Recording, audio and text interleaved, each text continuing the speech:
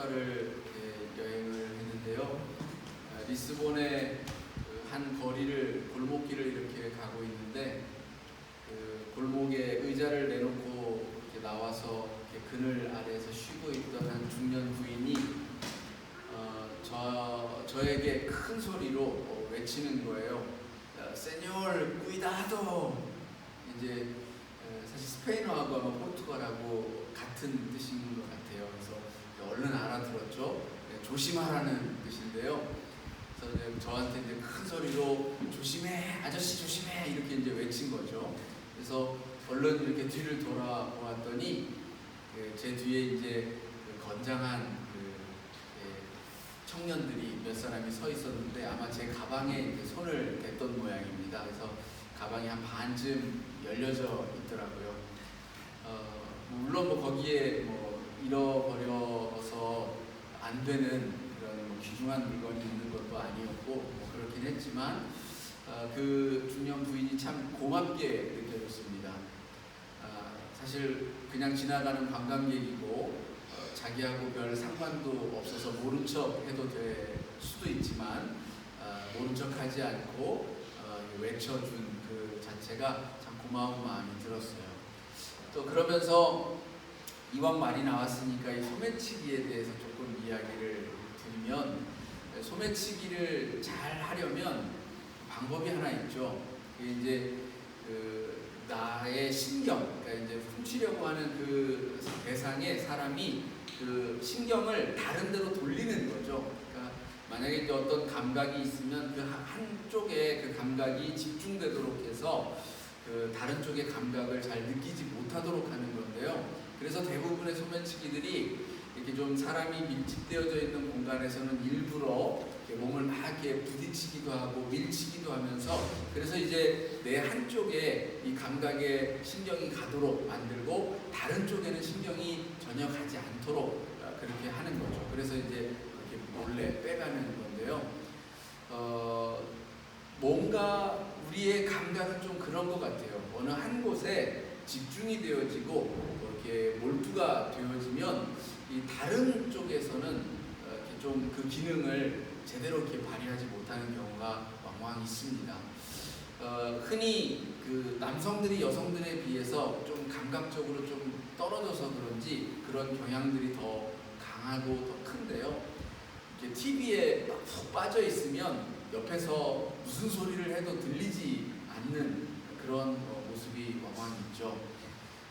그런 것 같아요. 뭔가에 사로잡힌다라고 하는 것은 이처럼 내 그 몸에 혹은 정신의 어떤 부분들이 장악당하여서 내 의지대로 내 뜻대로 되어지지 않는 상태, 이것을 우리가 사로잡힘이라고 이야기를 하는데요.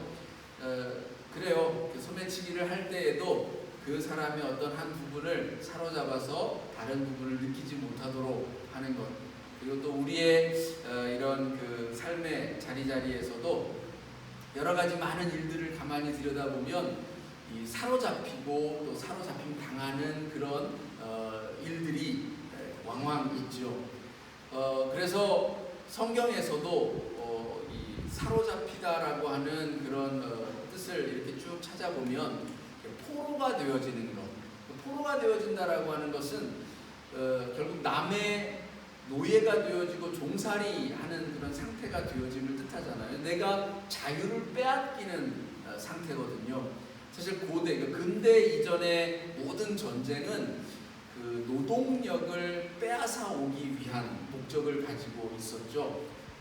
노동력이 있어야 생산을 많이 해내고 그 이익을 증대시킬 수 있기 때문에, 그리고 산업이라고 하는 것 자체가 대부분 1차 산업이었고 또 그것은 노동력을 바탕으로 한 산업이었기 때문에 어쨌든 많은 사람들을 강제로 부려먹을 수 있는 그런 나라가 곧 강대국이었던 겁니다. 그래서 나라가 힘을 가지면 강제로 다른 나라를 침략을 해서 그 나라에 살고 있던 사람들을 끌어다가 노예로 삼는 것, 포로로 잡아다가 노예로 삼는 것, 이것이 이제 전쟁의 목적이었던 것입니다.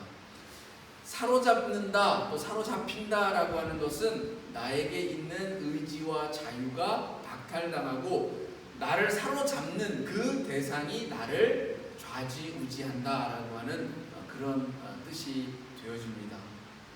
여러분은 무언가에 이렇게 사로잡혀 보신 적이 있습니까? 사실 우리는 꼭 뭐 어떤 그 포로나 노예 상태가 아니더라도 다양한 삶의 영역에서 사로잡혀서 살아갑니다.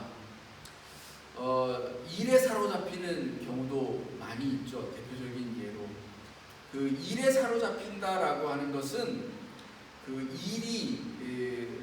일에 굉장히 많은 나의 에너지를 쏟고 집중하고 열중하게 되어져서 다른 것을 잊게 되어질 정도이다라고 하는 그런 뜻이 되어지는데요.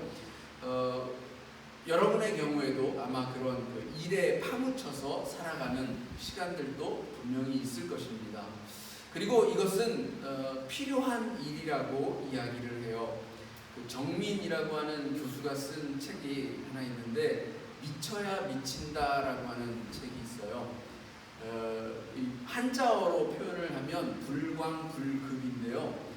앞에 광자는 미칠 광자이고 뒤에 급자는 어디에 도달하다 라는 뜻을 가지고 있는 급자예요. 그러니까 미치지 않으면 어딘가에 도달할 수 없다. 그러니까 미쳐야 미친다라는 얘기는 내가 어떤 일에 어떤 한 분야에 미칠 정도가 되어져야 그 일에 있어서 어느 정도의 성과를 거둘 수 있을 만하다, 이런 뜻이 되는 거죠.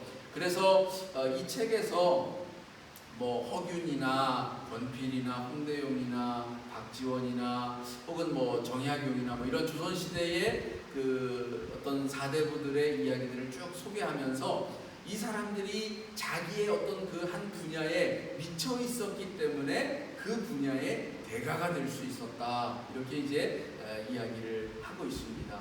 그래요. 그러다 보니까 우리에게 있어서 이런 그 어떤 것에 사로잡혀서 그 일에 푹 빠지고 일하는 어떤 것들이 반드시 부정적인 것만은 아니다라는 생각을 갖게 되죠.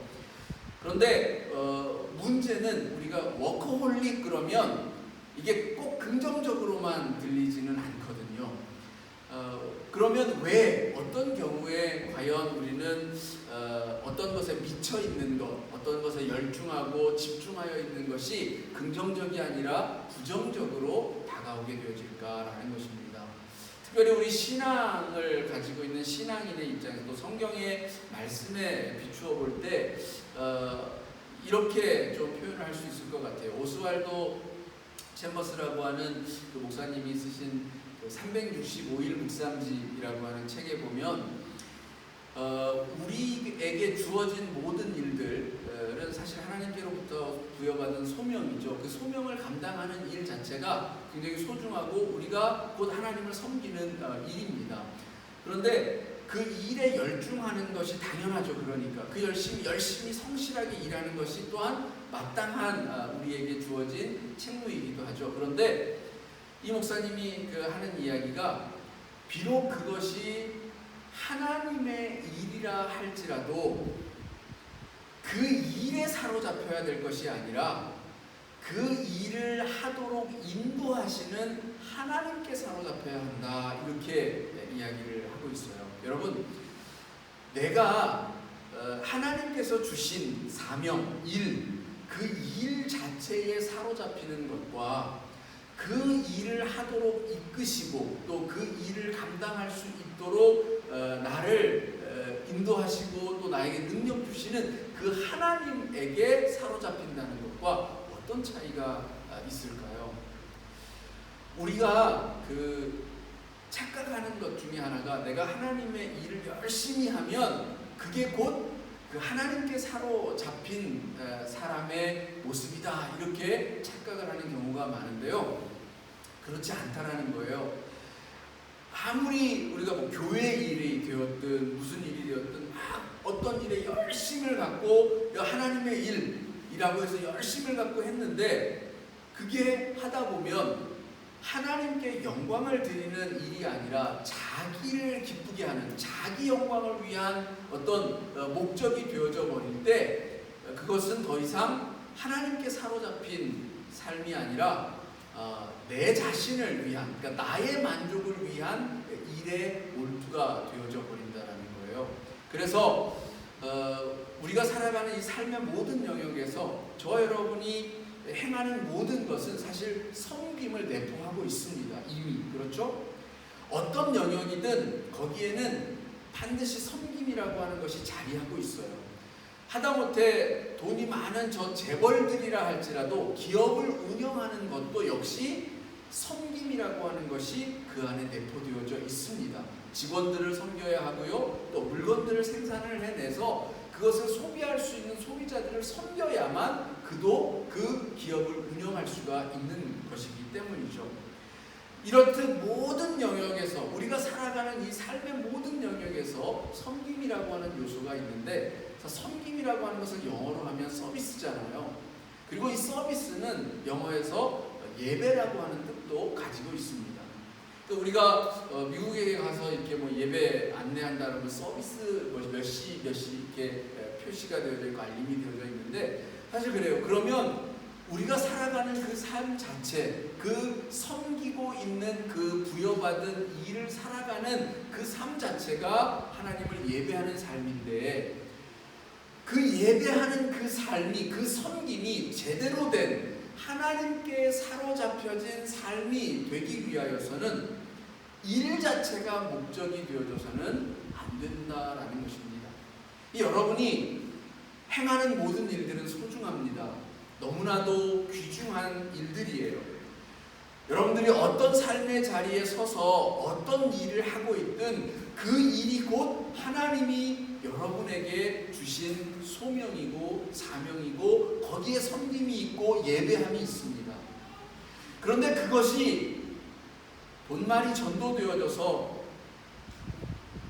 나를 위한 목적으로 바뀌게 되어질 때, 그걸 어떻게 확인할 수 있는가 하면, 내가 하는 그 일들에 있어서 하나님께 기도하는 것이 우선되어지고 있는가, 하나님의 말씀이 우선되어지고 있는가, 내가 하나님 앞에 나아가서 기도하고 묵상하고 예배하는 그 삶이 우선되어지고 있는가라고 하는 거예요. 내가 행하는 일들이 먼저 그것이 앞세워지는 순간 우리는 하나님 앞에 하나님께 사로잡혀진 그런 신앙인이 아니게 된다는 것입니다. 저는 여러분들의 삶의 자리에서 늘 최선을 다하고 땀 흘리고 수고하는 그 땀의 가치가 너무나도 귀중하다라고 말씀드리고 싶습니다. 그리고 그것과 덧붙여서 그것이 정말 하나님께서 주신 사명으로 제대로 하나님의 뜻을 따라서 온전히 살아가는 예배의 삶이 되기 위해서 여러분들이 잊지 말아야 할 것이 있다면, 그 모든 일들에 있어서 그 일을 행하게 하시고 그 길로 인도하시는 하나님을 먼저 앞세우시라는 것입니다.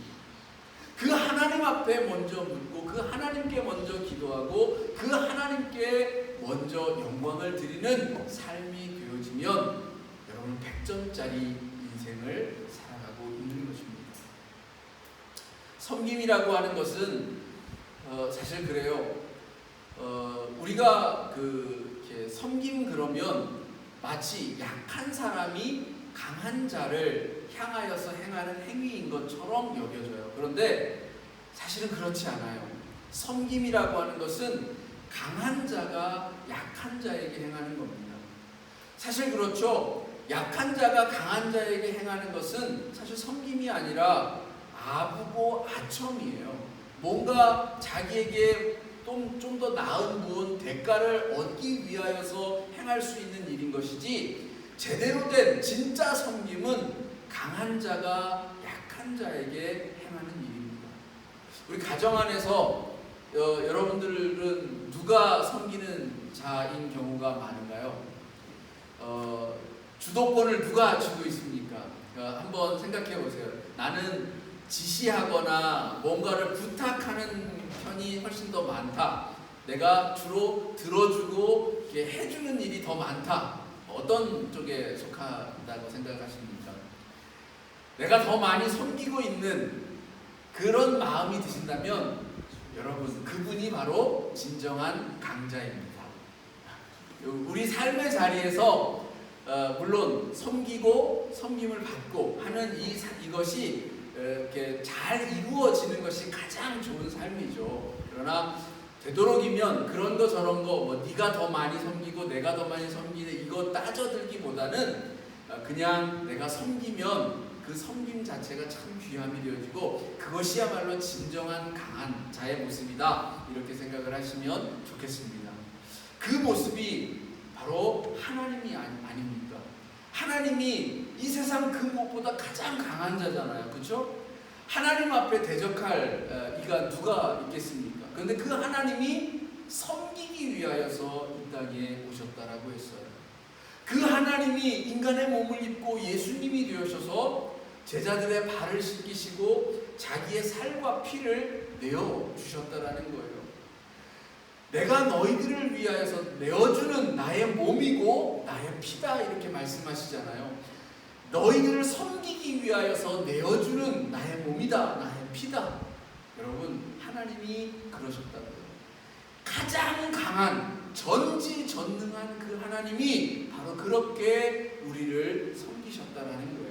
그러니까 우리가 섬긴다라고 하는 것은 꼭 그래요. 내가 마치 누군가를 섬기면 내가 부족한 게 있고 모자란 게 있고 내가 가진 것이 더 적어서 나보다 더 크고 더 강하고 더 잘난 사람 앞에서 이렇게 머리를 조아리고 주눅 들어 있는 어떤 그런 모습으로 상상하기 쉬운데 아니라는 거예요. 여러분, 이제 반대로 생각하시기 바랍니다. 여러분이 누군가를 섬겼다면 여러분이 강한 자입니다. 여러분이 바로 하나님 앞에서 제대로 된 삶을 살아가고 있는 것입니다. 그래서 성경은 약한 것이 강함이 된다라고 이야기하고 십자가의 약함이 강한 것들을 이기는 그 도가 되어진다라고 말씀하는 겁니다. 여러분, 이것을 잊지 마시고 살아가시기 바랍니다. 그런데 우리는 살아가다 보면 잘못되어진 것들에 이렇게 휩싸이고 사로잡히기 마련입니다. 성경은 우리들에게 사로잡히지 말아야 할 것들에 대해서도 이야기를 해주고 있는데요. 오늘 말씀을 통해서 그 몇 가지들을 함께 살펴보려고 합니다. 첫 번째로는 부정적인 감정에 사로잡히지 말으셔야 합니다. 부정적인 감정이라고 하는 것은 여러 가지 것들이 있죠. 두려움이라든지 또 우울감이라든지 자격지심이라든지 여러 가지 다양한 그런 감정들이 있을 것입니다.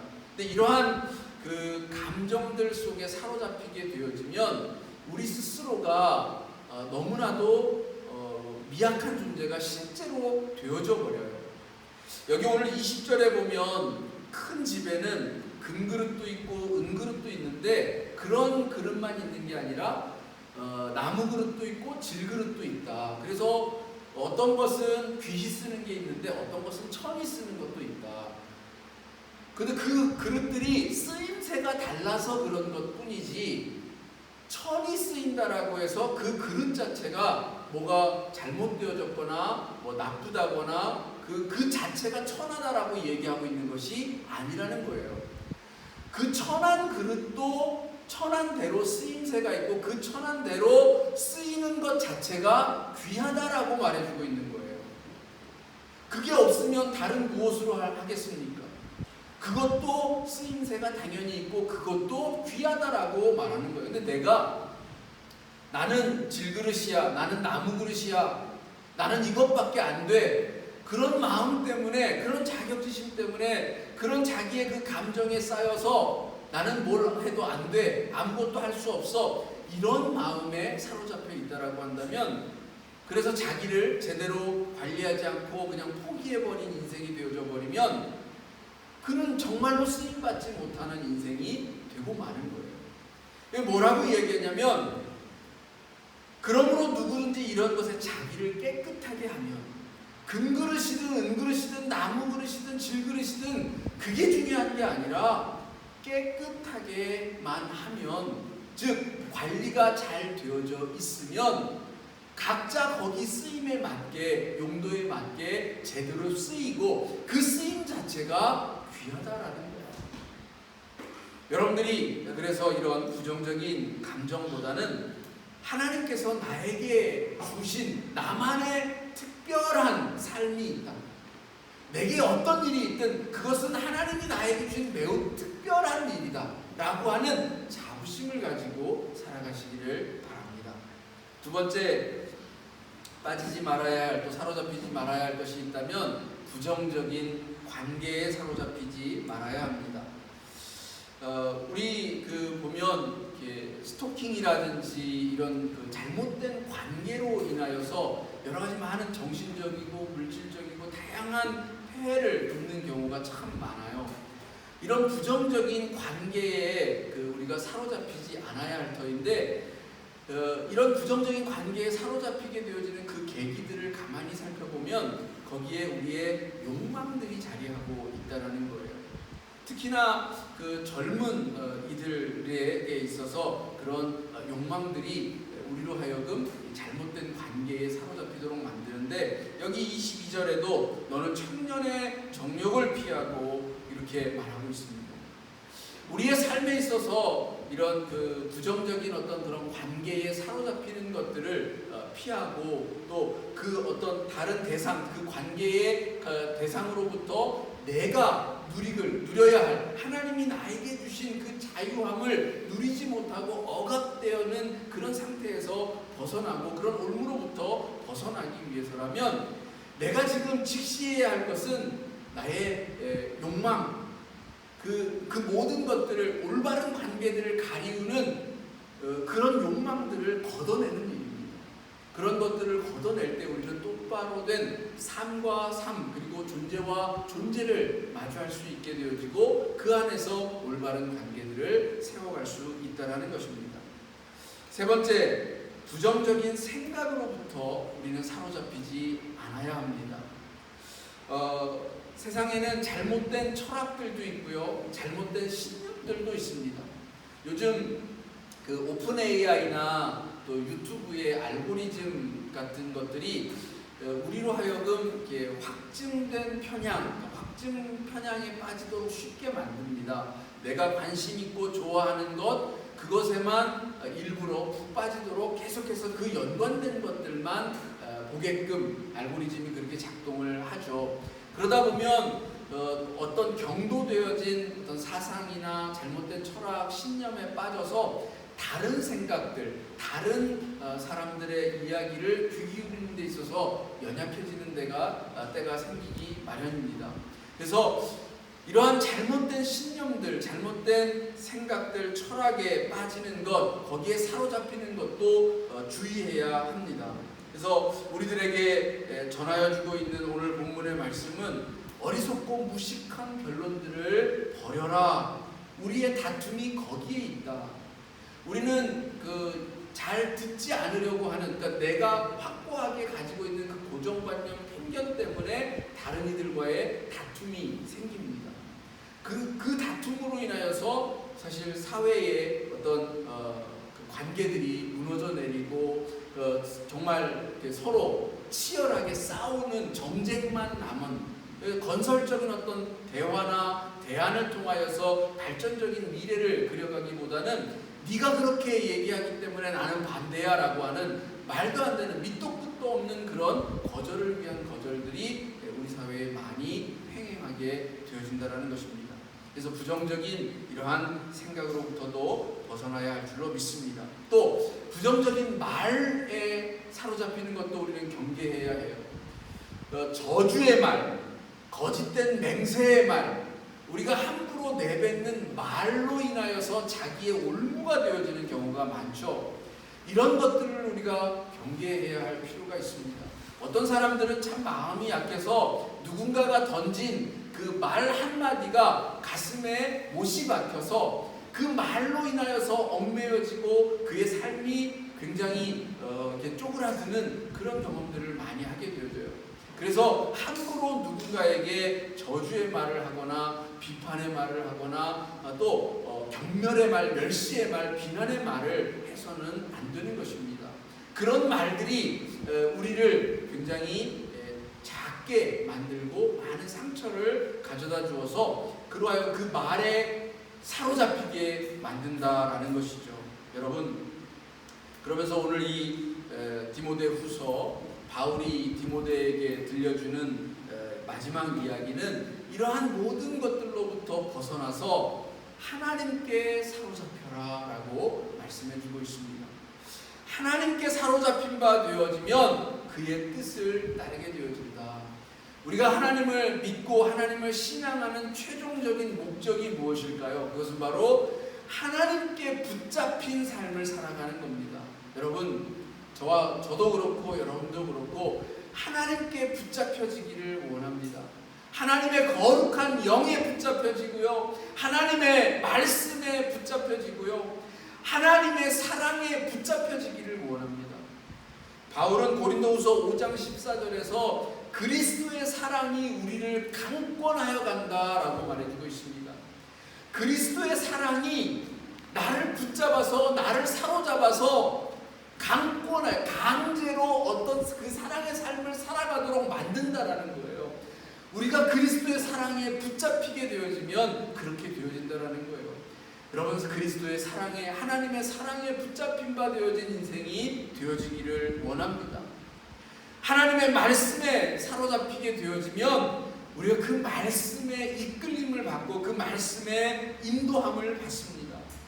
바울은 빌립보서 3장 12절에서 고백합니다. 오직 내가 예수께 잡힌 바 되어져서 그것을 잡으려고 달려가노라. 오직 예수께 붙잡혀져서 그 예수를 쫓아가는 그 삶으로 나를 몰아간다라는 거예요. 여러분, 저와 여러분도 그런 삶이 있기를 원합니다. 그런 삶이 되어질 때 진정 섬김과 또 하나님을 예배하는 참된 우리 신앙의 삶이 되어질 줄을 믿습니다. 기도하겠습니다.